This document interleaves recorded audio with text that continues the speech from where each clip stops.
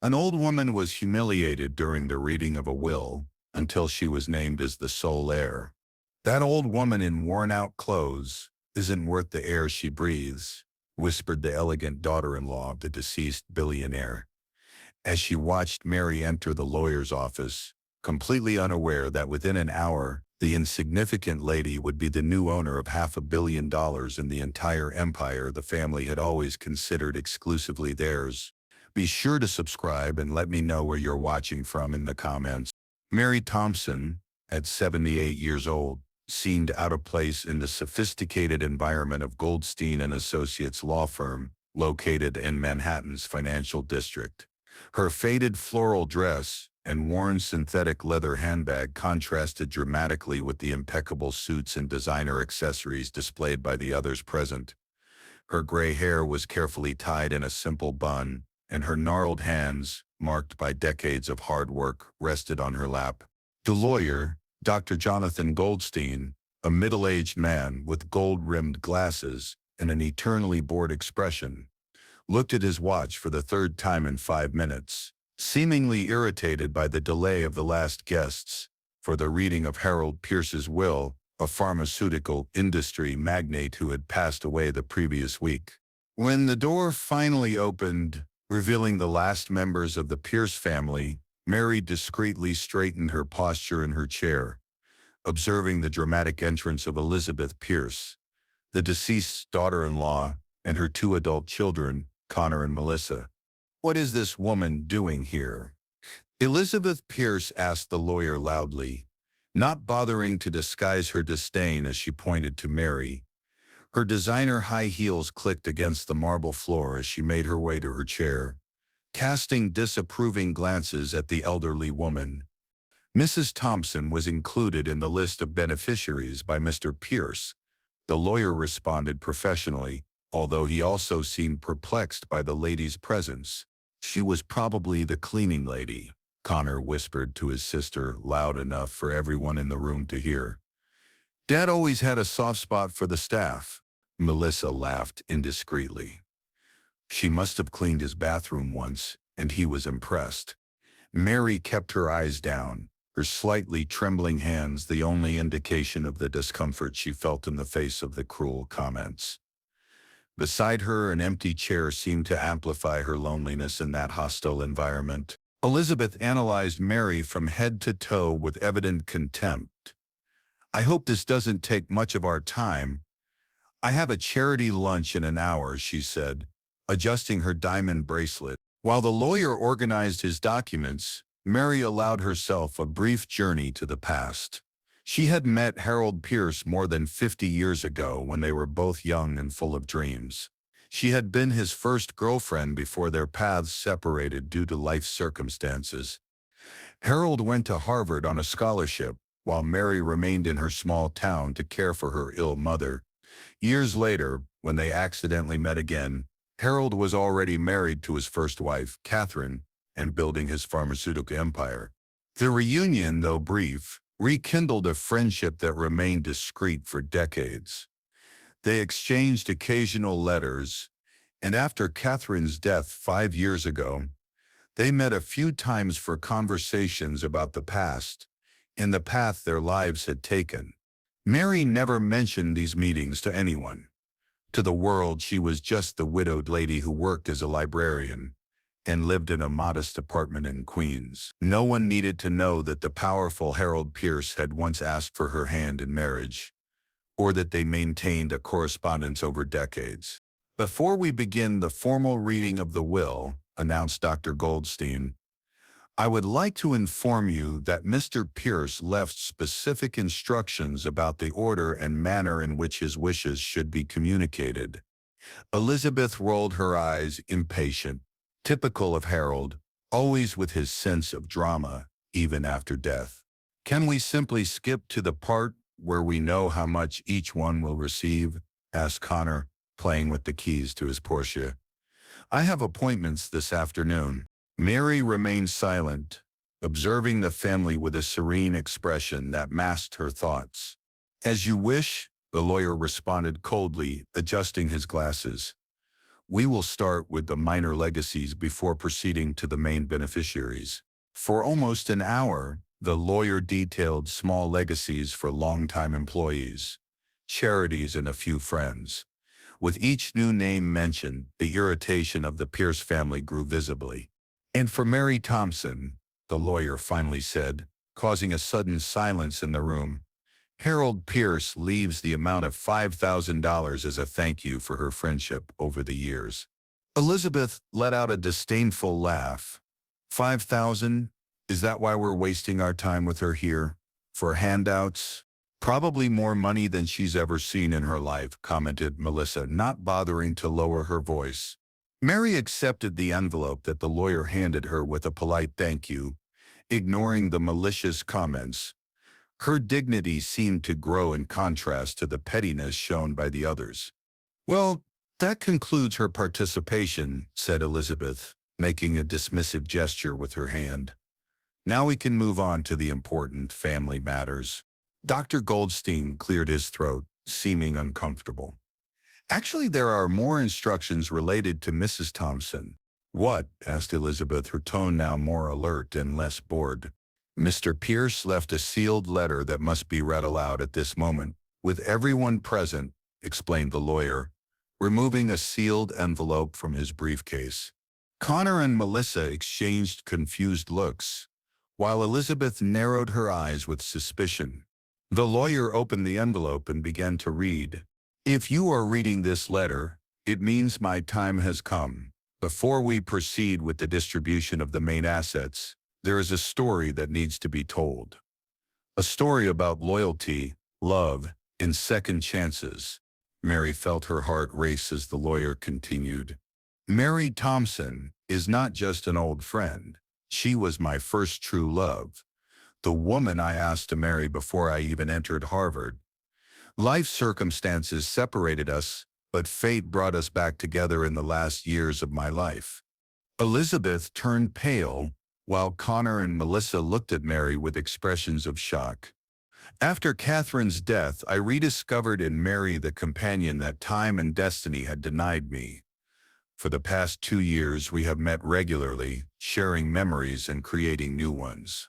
Mary refused all my gifts, demonstrating that her affection for me was never motivated by material interest. This is absurd, exclaimed Elizabeth, rising from her chair. A story invented to justify some kind of scam. I have documentary evidence that corroborates everything in the letter, Dr. Goldstein calmly replied, removing a file from his briefcase. Photographs, letters exchanged over decades, records of meetings. Mr. Pierce was meticulous in preserving evidence of his relationship with Mrs. Thompson.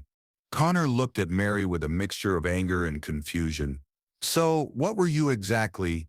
A secret lover who appears at the end to claim something. Mary maintained her composure. I never asked Harold for anything other than his friendship. What he chose to do in his will was exclusively his decision.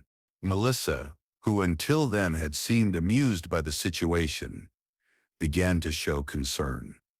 Does this change anything in the will? How much will she receive after all? Dr. Goldstein adjusted his glasses. If you allow me to continue reading the letter, all these questions will be clarified. Elizabeth, now visibly disturbed, returned to her chair. Proceed then. The lawyer resumed reading Harold's letter. I have observed with sadness how my own family has become increasingly interested in my fortune and less in my well-being. Elizabeth, since marrying my son Robert, has never shown true affection for me. Only self-interested tolerance. After Robert's premature death, I hoped we could grow closer, but her interest was always focused on my bank account, not on me as a person. Elizabeth stiffened in her chair, but did not interrupt. Connor and Melissa, my grandchildren, grew up spoiled and without any sense of responsibility or empathy. I tried several times to engage them in the family business or in philanthropic work, but always encountered resistance and disinterest. Their visits became rare and always coincided with requests for money or favors. The siblings exchanged nervous glances, As the lawyer continued, in contrast, Mary Thompson offered me something my fortune could never buy. Genuine companionship, sincere conversations, and moments of true happiness. She never knew, but in the last months of my life, I made significant changes to my will. The silence in the room was absolute. Even the ticking of the wall clock seemed to have ceased. It is with full awareness and mental clarity that I made the following decision, continued the lawyer, reading Harold's letter. Mary Thompson will receive 50% of all my assets, including shares in Pierce Pharmaceuticals, real estate properties, and personal investments. Elizabeth gasped, her face turning red with anger.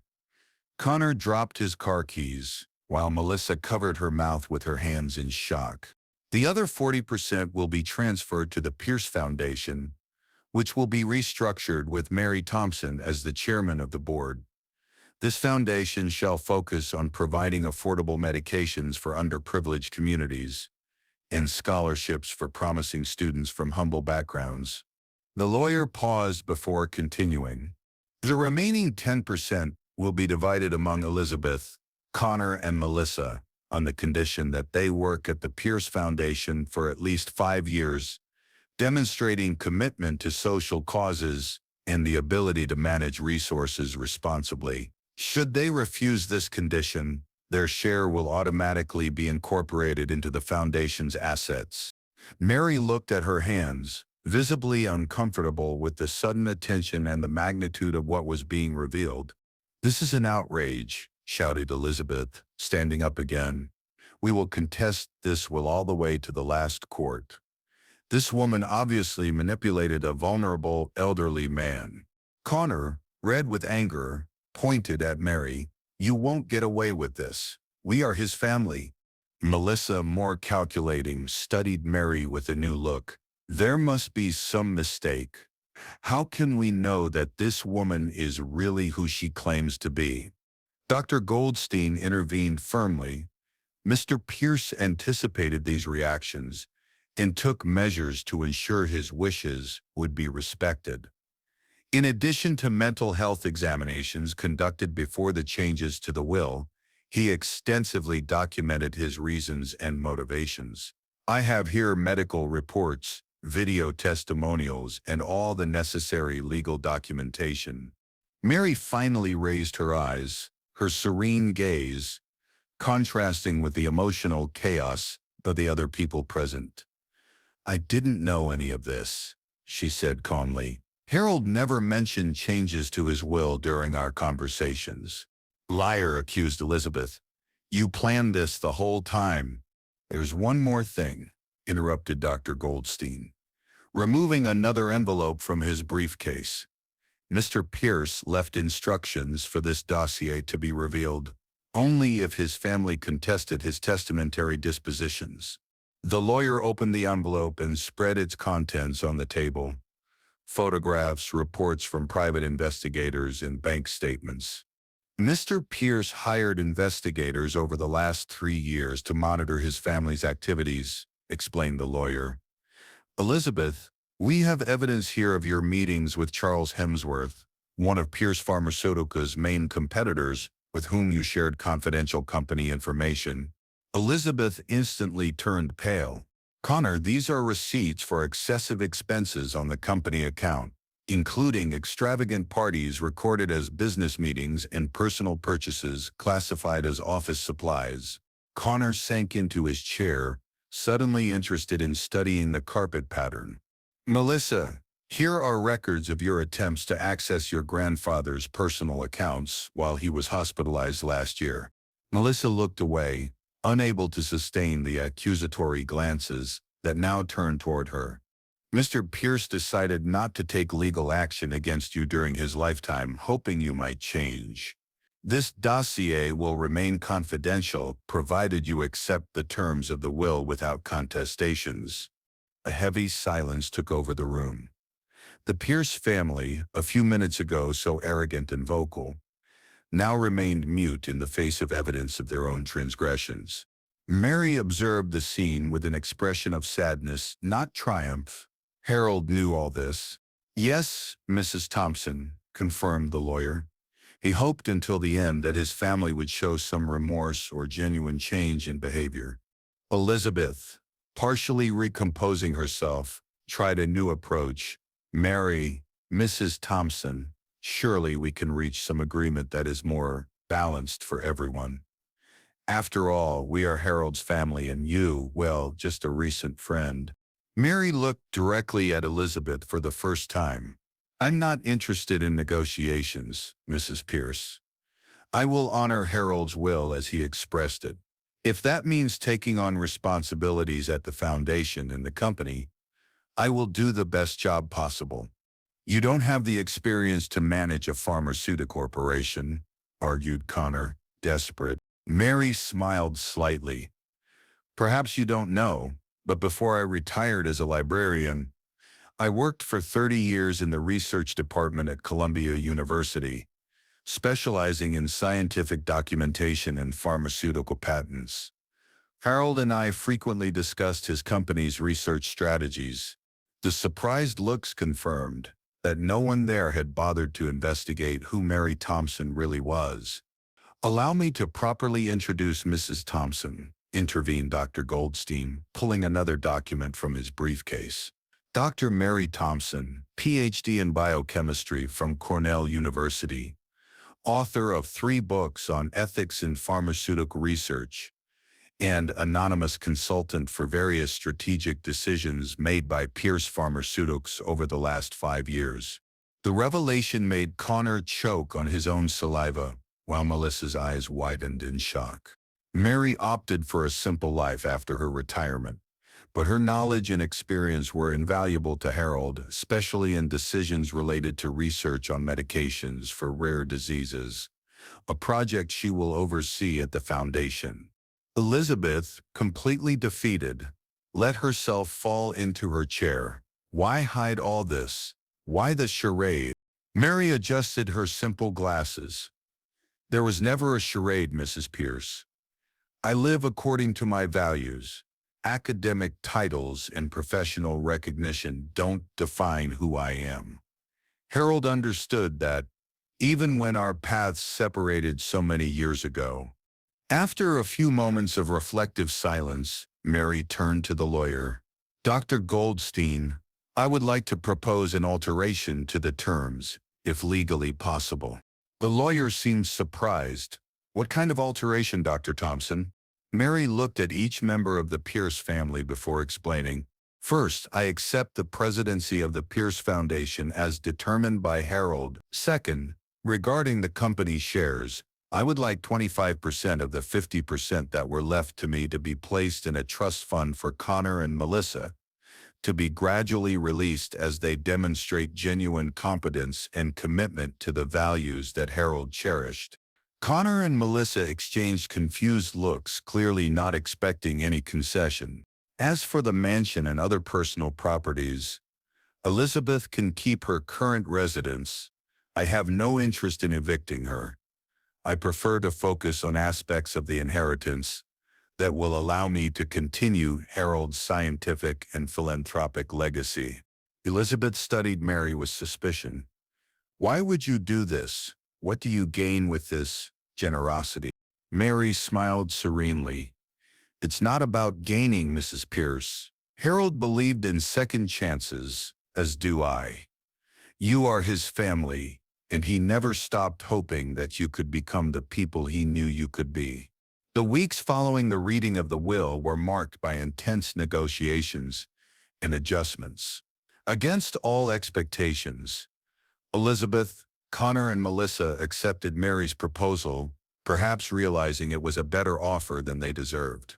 On her first official visit to Pierce Pharmaceuticals headquarters, Mary was received with curiosity and some skepticism by the executives. However, her deep understanding of the pharmaceutical sector and her clear vision for the company's future quickly earned the team's respect. On a rainy autumn afternoon, Elizabeth appeared without warning at Mary's provisional office. I found this among Harold's things, she said, placing an old wooden box on the desk. I thought maybe you should have it.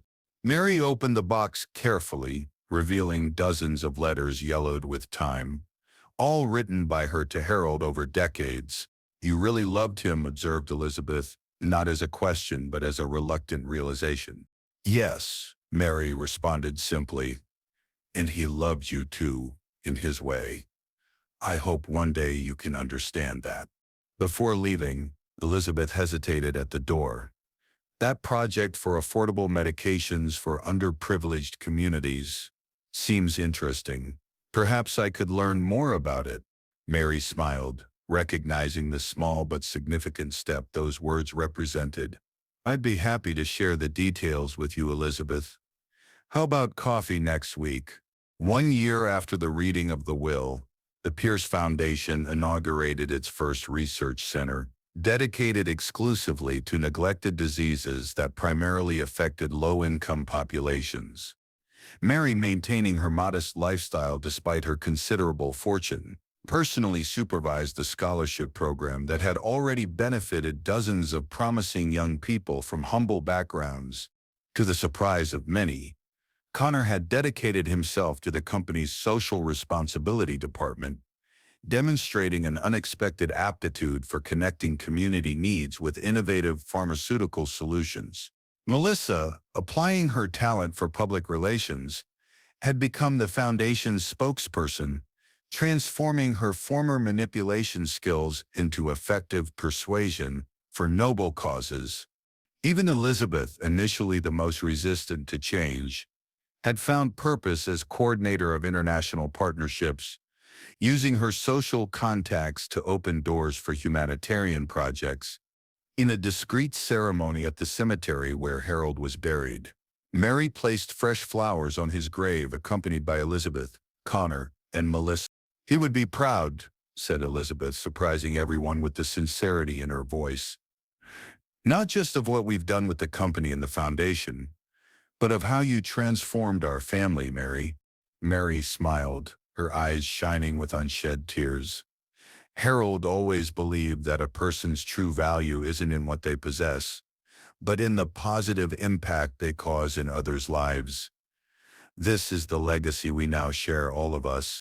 As they left the cemetery, Mary reflected on how the most unlikely circumstances can lead to the most profound transformations.